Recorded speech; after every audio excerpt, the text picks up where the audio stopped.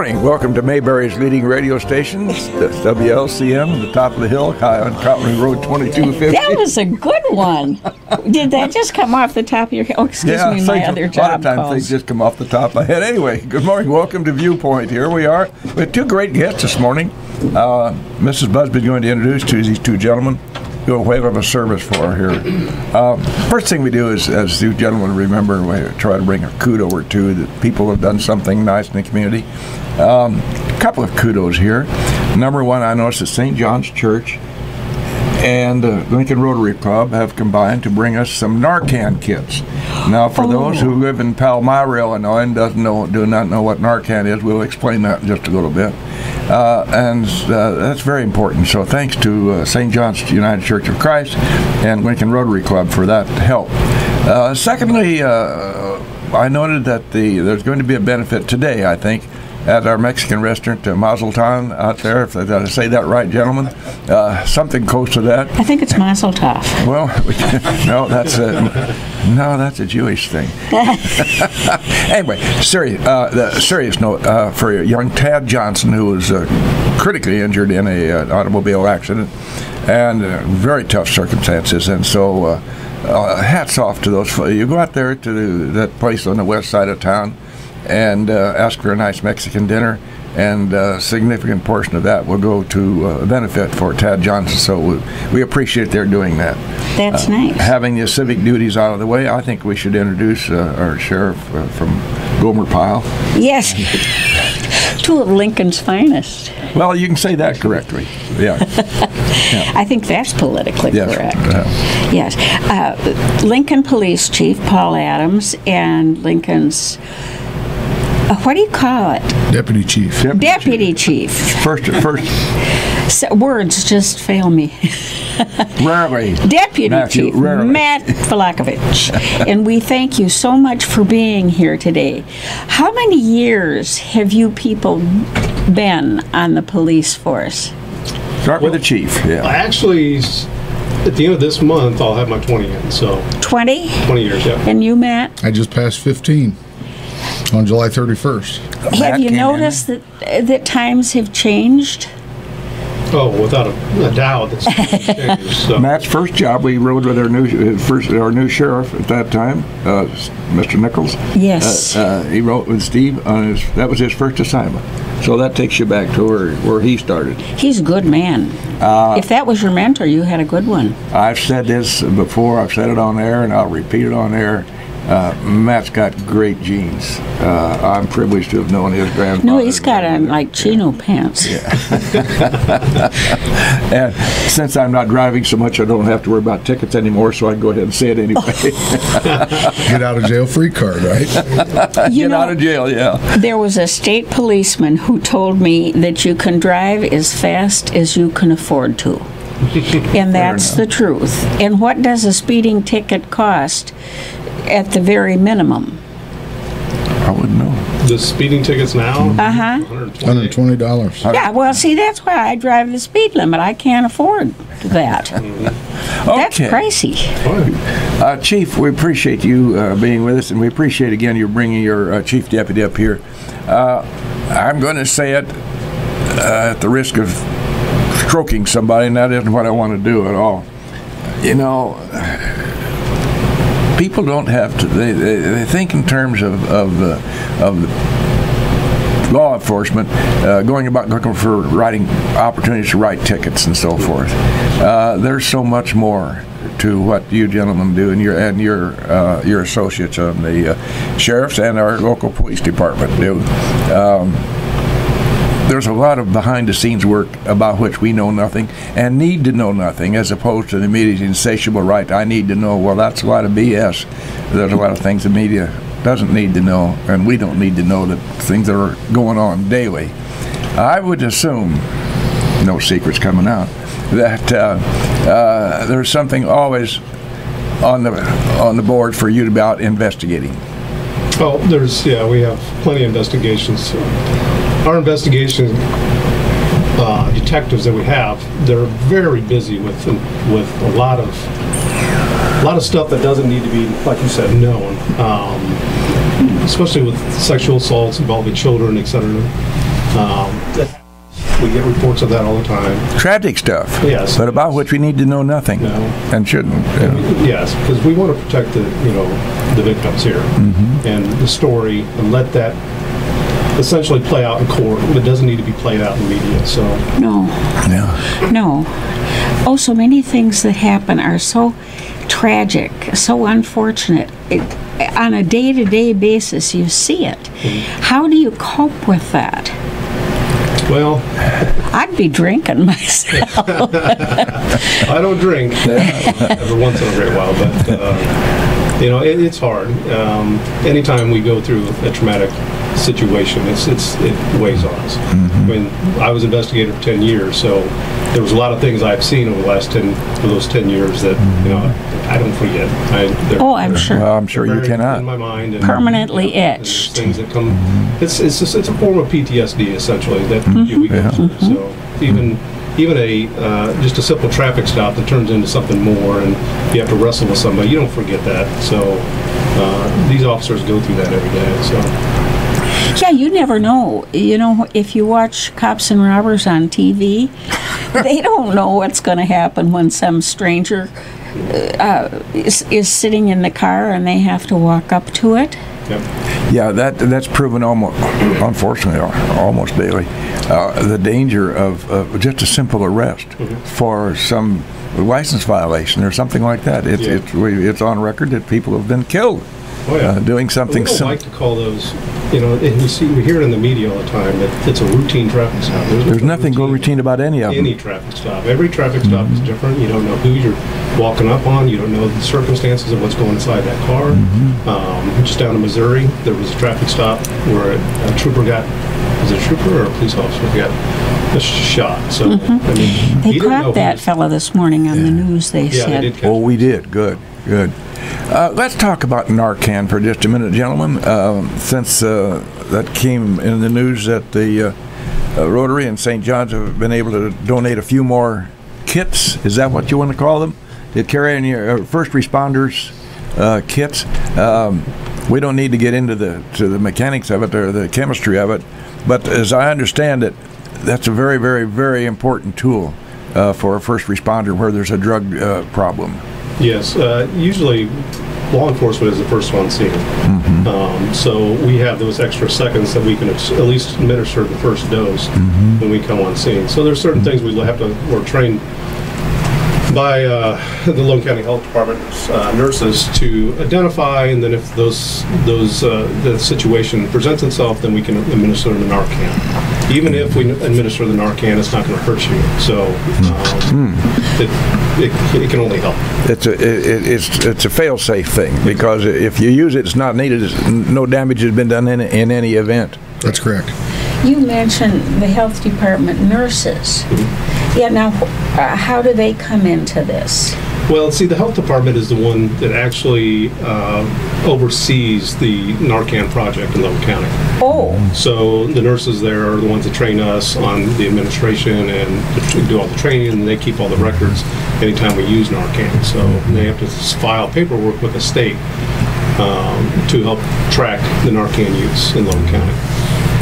Now, it's my understanding that this product, the Narcan, almost have an instantaneous effect as you work with somebody who's in a drug problem. Is that correct? Yeah, within the first 1 to 2 minutes, they should be coming out of it if it's an opioid type.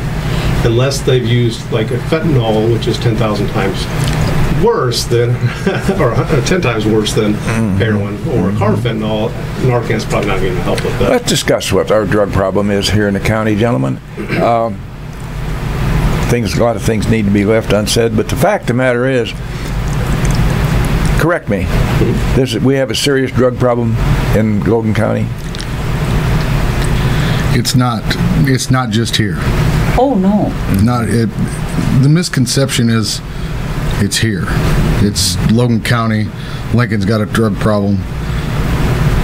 We talk to policemen from all over. It's not just here. It's everywhere. And do you seem to be about on par when you take into consideration the population here as the population wherever an officer you're talking with is from? I would say we're actually doing better than some of the other populations that are around us. That's good news. Especially if you look at the Northeast, they're having a really bad problem with it up in that area of the United States. Even with West Virginia, where there's like a lot of coal mines, you have a lot of workers that have an ache or a pain, and they were prescribed an opioid, Oxycontin, or some other type of medication, legal at the time, but you get addicted to it. It's a highly addictive substance, and that's the thing, is we're trying to. The big education right now is we need to make sure we pull back on some of that medication, because that's what starts the whole process. It starts with a doctor who unknowingly, yes, but they prescribes these. They were kind of fooled into prescribing that back, early 2000, 2001 area, all the way up to 2009. They were prescribing it like candy because they thought, oh, well, it's not addictive. They were told by the pharmaceuticals that it's not addictive, so they started prescribing it. Well, then they found out, oh yeah, this is addictive, so then they started reeling it back. Well, once they started reeling it back and people couldn't get their fix, essentially, to stay well, they started stealing it from their friends and family. Once those places dried up, then they usually went to a heroin or some illicit drug on the street. So. And cheaper, isn't it? Oh yeah. Yes. The heroin? Much cheaper. Yeah. Unless you steal what's the drug the of first choice on the street today, gentlemen? What's just That would be opioid-based drug? Comes by several names, many names. The main one is heroin. The main one is heroin, but a lot of what doesn't get discussed anymore is prescription medications. Those are probably the most abused narcotic. Is just the trade and the sale of prescriptions. But surely they must have a handle on that, because that very topic has been discussed. The state has made efforts in tracking the use of prescriptions with the doctors in regards to what's being given out. We've done a lot of drug take-back programs throughout the state where if you have drugs, you can bring it up to us and we give it over to DEA, and then they dispose of it properly. So we're trying to make those efforts for those medications, but we're also having the problem still with the drug dealing and the heroin that's being used on the street. And what they're using now is they're mixing it with fentanyl, which, like I said, is 10 times worse as heroin is. But they're also mixing that fentanyl. They'll lace things like they call K2. It's a synthetic marijuana that's out and about. It's not really a big problem here in Lincoln, but around our outside agencies, we have that problem. But they're lacing that K2 with fentanyl, so it gives it even a bigger kick to them. So. Are many of these things you're referring to man-made? All of it is, yeah. Yeah. Man-made. Well, yeah, except for the heroin. But fentanyl is all synthetic, so. How much of your in China, and it's going from China through the drug cartels in Mexico, and then being leached into the That's their American route, huh? Yes. Yeah. Yesterday I had some pretty extensive oral surgery, and they didn't even offer me any painkillers. They said, if it bothers you, take a couple aspirin. Well, I guess you can't hurt yourself that way, can you? Well, we have to send her off to the clinic every once in a while to dry out, so they know, so they know her. It's a terrible problem. predilection. All that coffee, right? Yeah.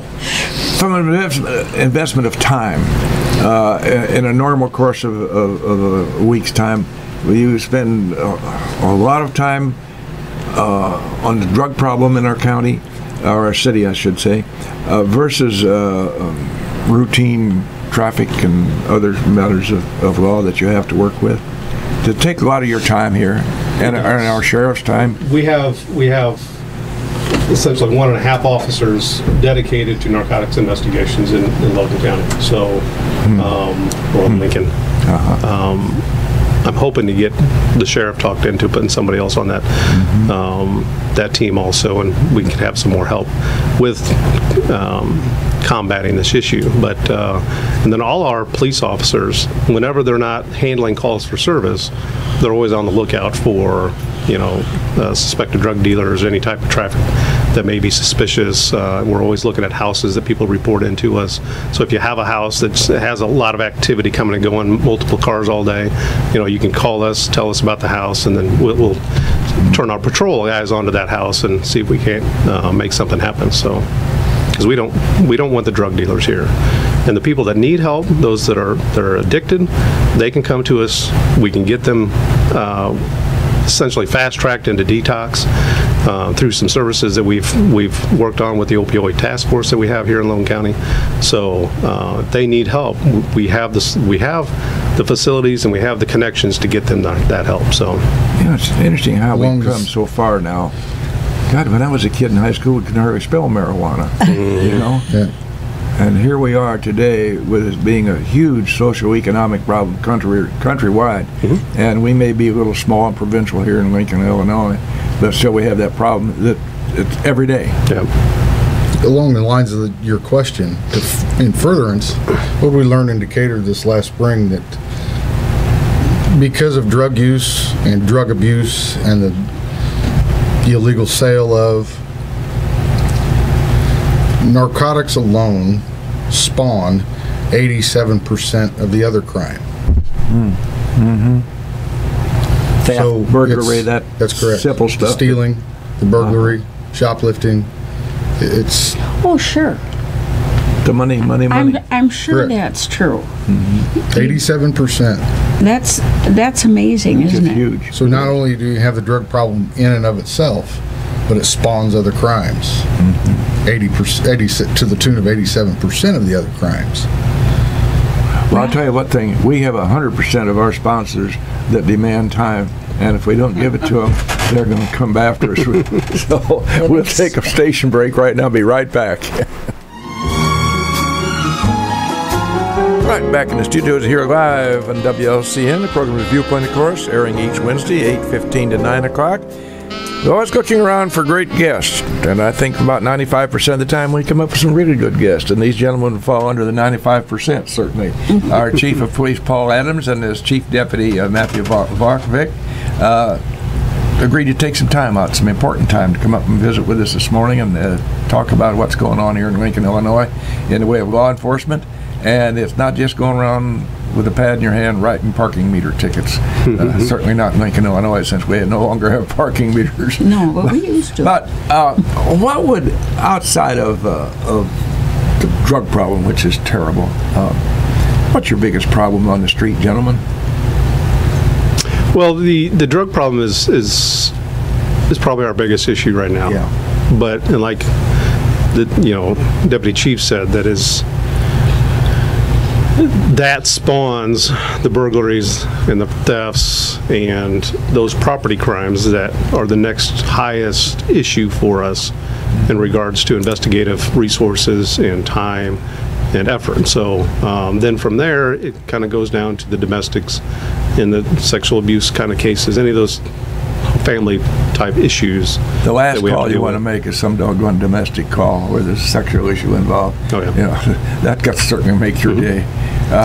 You mentioned off-air, Judy mentioned that you work with, in conjunction with her daughter Cynthia Lynn Lowndes' duties in the Department of Children and Family Services.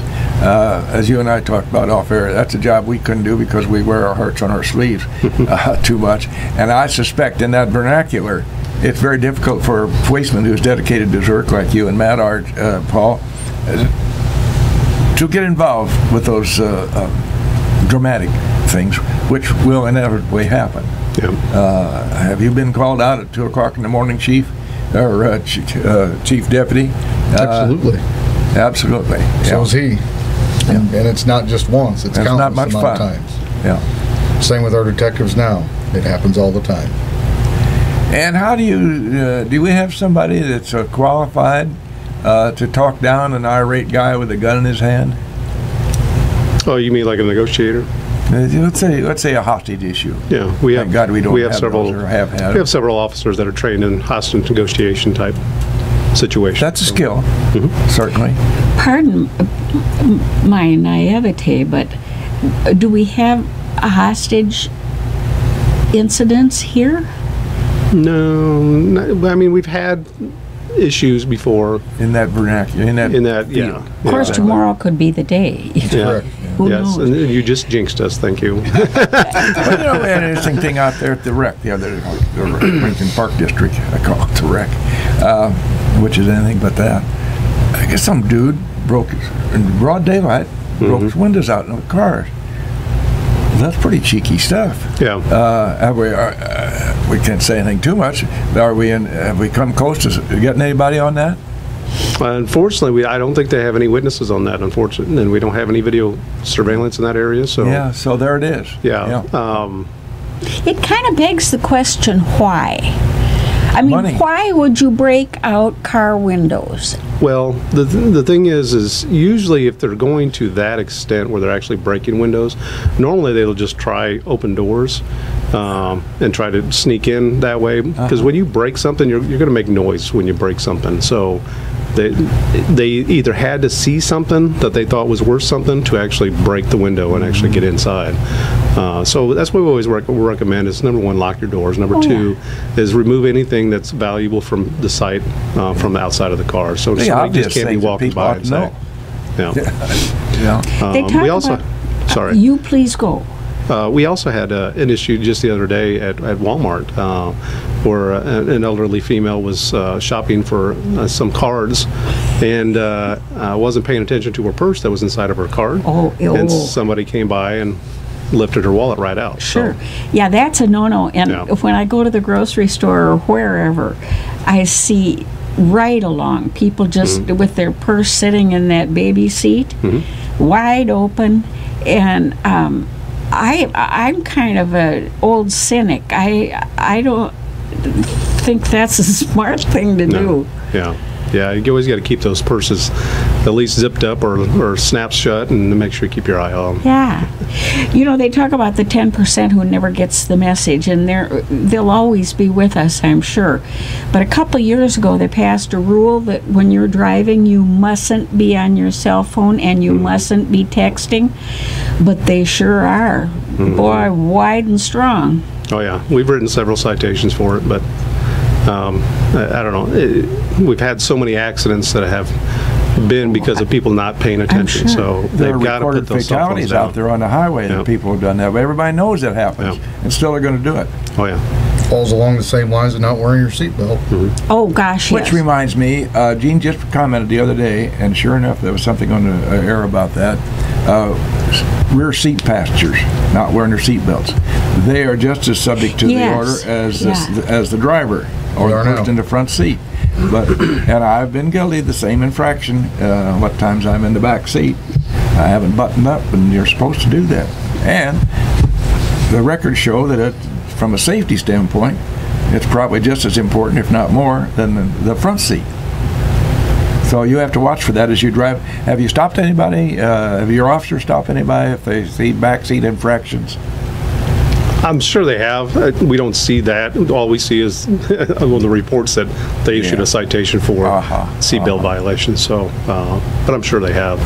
They did I was watching, I think it was NBC Today show or something, one of those news shows, and they had a recreation of somebody that's not buckled in the back seat behind the driver that's driving. And if you have a head-on collision or a frontal collision, that backseat passenger pushes all that weight against the back seat of the driver's seat. Push Well, the then driver which forward. is pushing him forward even further, which you have the airbag deployment, which is killing the driver. So Yeah. yeah. Well, I think there are people, though, who maybe don't ever hear the news or what have you, that don't realize that there are things that are against the law that we aren't supposed to be doing. They aren't trying to flaunt some misbehavior. They just haven't the vaguest idea what's right and what's wrong They're the same people who leave the grocery carts out all over the parking lots.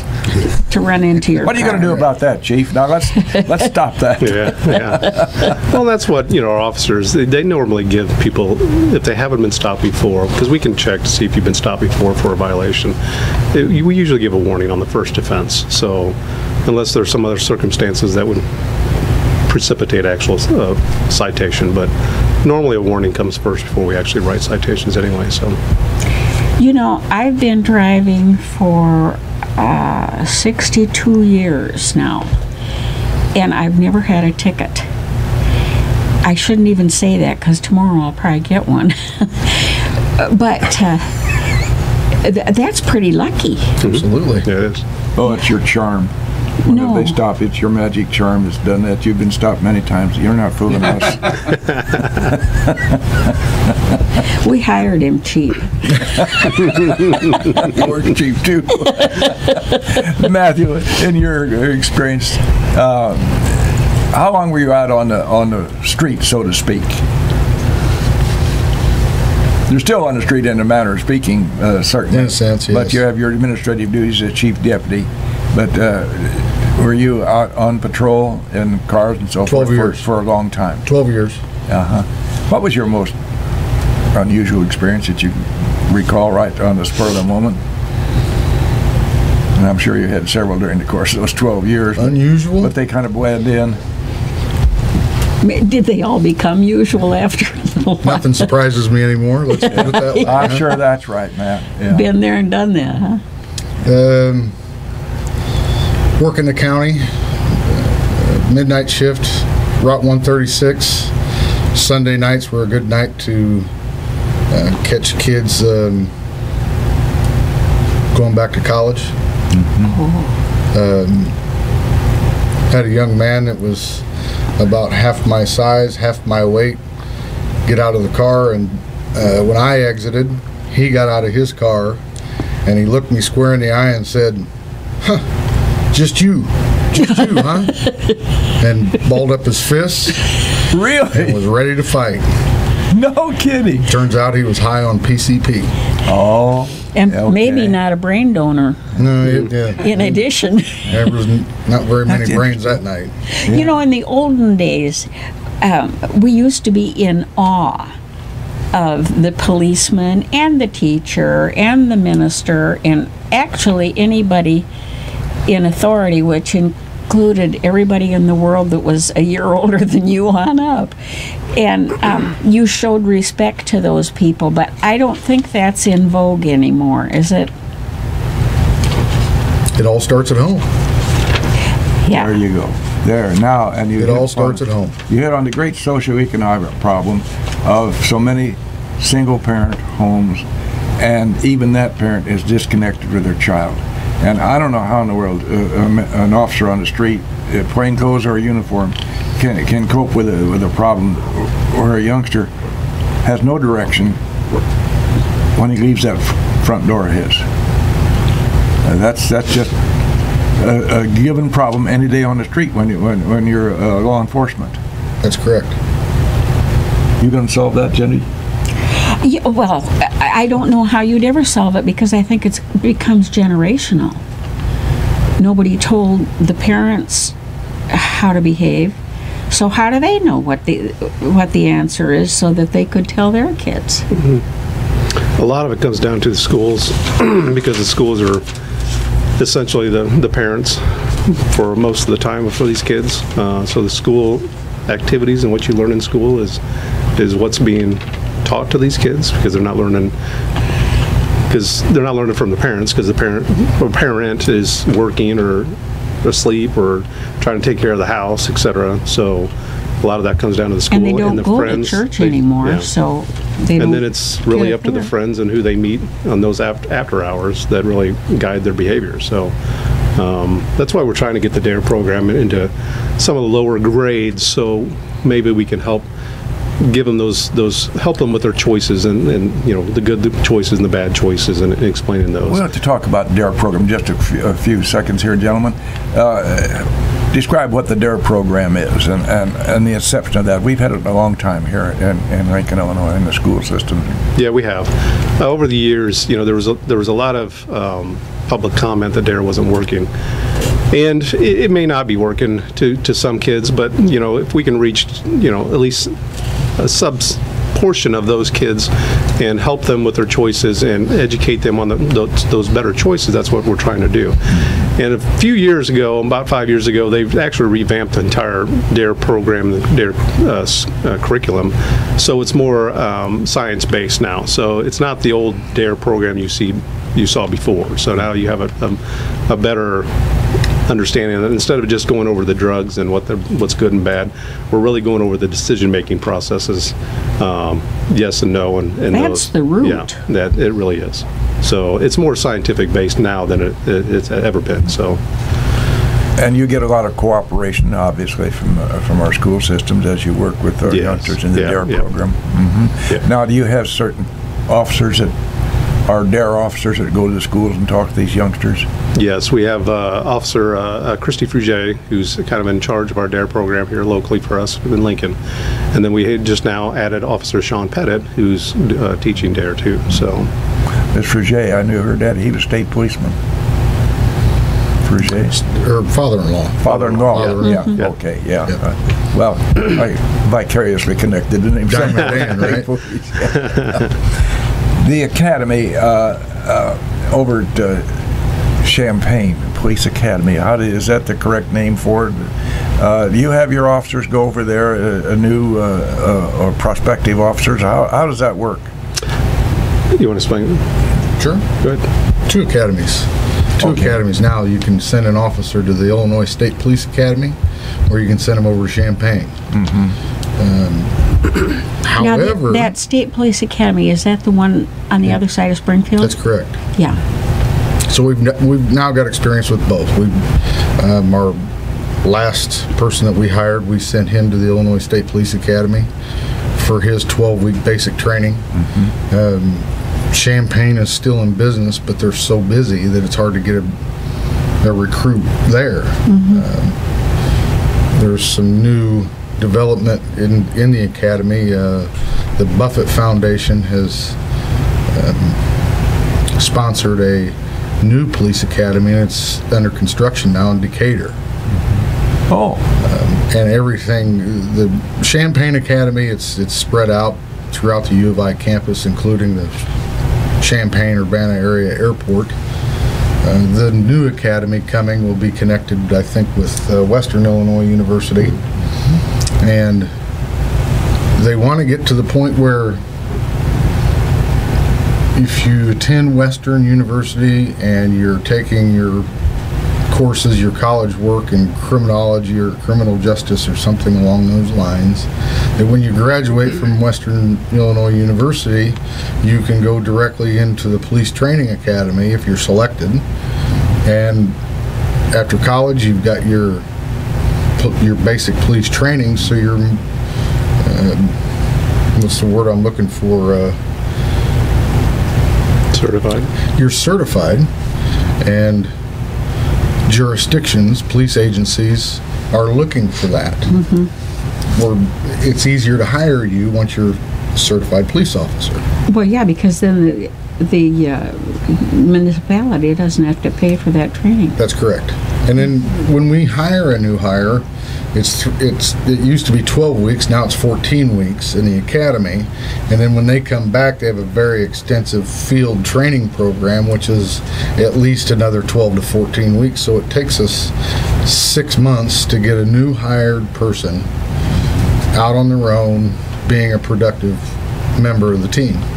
That's a long time. Correct. How about these recruits? Is it getting harder to find people? Because police work has changed too since Bill and I were young, I don't remember in Minneapolis many police officers being shot, and I don't think they were here either. No, they just carry a nightstick and walk around. It's a whole new thing now. So are people still signing up pretty well? Well, we actually have our testing going on now for the Lincoln Police Department.